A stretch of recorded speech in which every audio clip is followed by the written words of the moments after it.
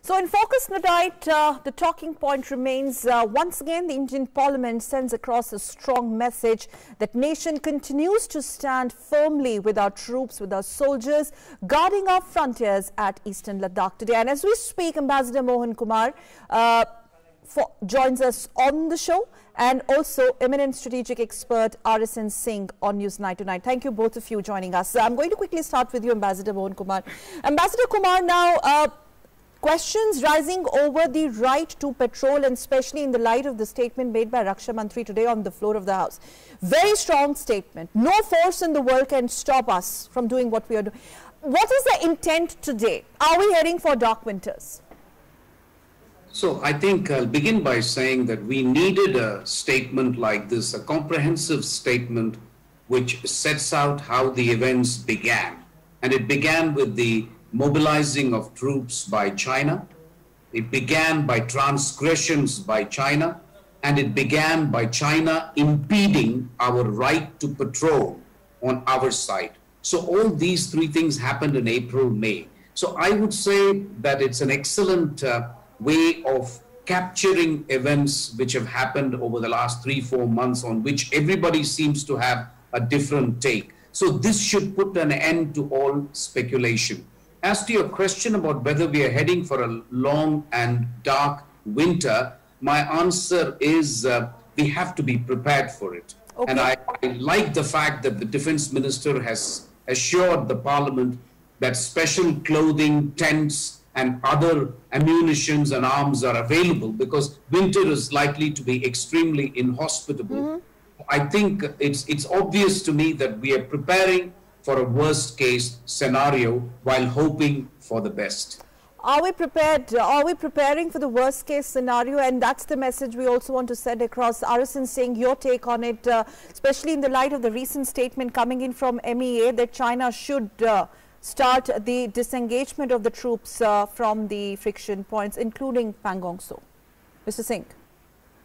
No, I think, after this, the meeting of the two foreign ministers, they agreed upon, a disengagement dialogue and, to de-escalate the process. But the standoff, but nothing seems to be happening because this development of, putting loudspeakers and, blaring away all anti-India statements, trying to,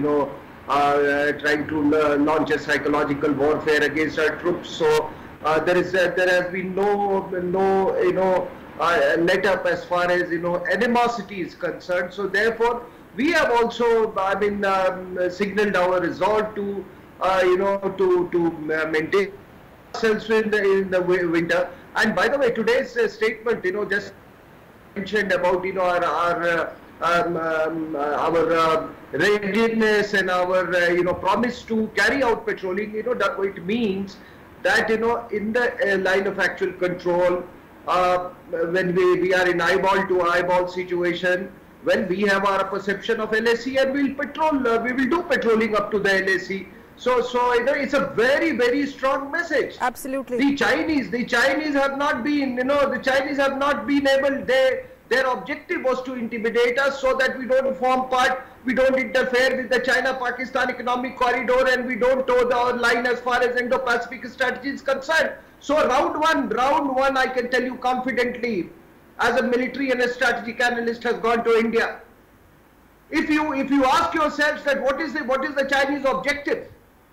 After all, any military move, any military action has got to an objective. Was it capture of Leh? No, too far-fetched. It was just to intimidate us, and counter moves that what the Honorable Defence Minister talked about. By our counter moves, we at the escalatory levels, we have an upper hand. So therefore, round one has gone to India, and the Indians should be very proud of their armed forces. Ambassador Mohan, and why not? Would you say, you being the former envoy to France, the whole diplomatic pitch when our External Affairs Minister has said it time and again that if China continues this alteration of status quo, it's not going to be business as usual. And if you look at the situation on ground in Ladakh, we have our reporter, he's been sending reports daily. The size and scale of the exercise. The size and scale of the exercise in China, we haven't heard from China so far. Till yesterday, they were trying to indulge in some sort of psyops. We're not buying that. But do you think now for China, diplomatically speaking, it's over, it's game over for all that rhetoric in Ladakh? I would certainly say that China is on the back foot. I've made this point before. I think China has committed the mistake of what foreign policy analysts would call strategic overextension.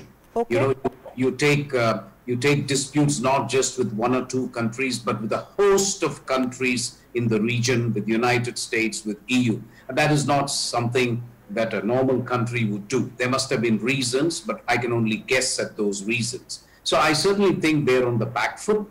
I think what is now it's an eyeball-to-eyeball confrontation. I agree with the military affairs analyst you have on the program. I also think it's now become a war of nerves where we will have to see who blinks. And I would agree with him that we haven't blinked so far. And that must be a source of surprise for China. So I think we have managed to tell them that if you are going to change the status quo anywhere, two can play that game. We can do that as well. So I think that is the strong message that has been conveyed to China. Now, whether this strong message results in resumption of meaningful dialogue so that we can have a disengagement. You know, there is going to be a three-step process. You need to have troop disengagement. You then go towards a process of de-escalation, okay, and finally peace and tranquility is restored on the border. So we haven't even gone through the business of disengagement. Disengagement will take at least a month or two. So I'm afraid we have to make all the preparations for a... So China, okay, well, final question, Arasin Singh. China has no option but to walk the talk, but it doesn't seem so. Till how long are we going to remind them of respecting the bilateral agreements, so on and so forth? Final take. No, but I can tell you one thing, that this, this term, line of actual control will not apply any longer in times to come. It is gone. It has been busted. It has been busted. I don't know what you call it, how you define it. And the second aspect is, I mean, he is a diplomat. He may not be able to say this. Look, please, we should change our military vocabulary and our strategic vocabulary. Let's start calling it Indo-Tibet, India-Tibet border. Don't you call ITBP? Don't you call ITBP? And then when Chinese invaded Tibet, and you said, Hindi Chini bhai bhai.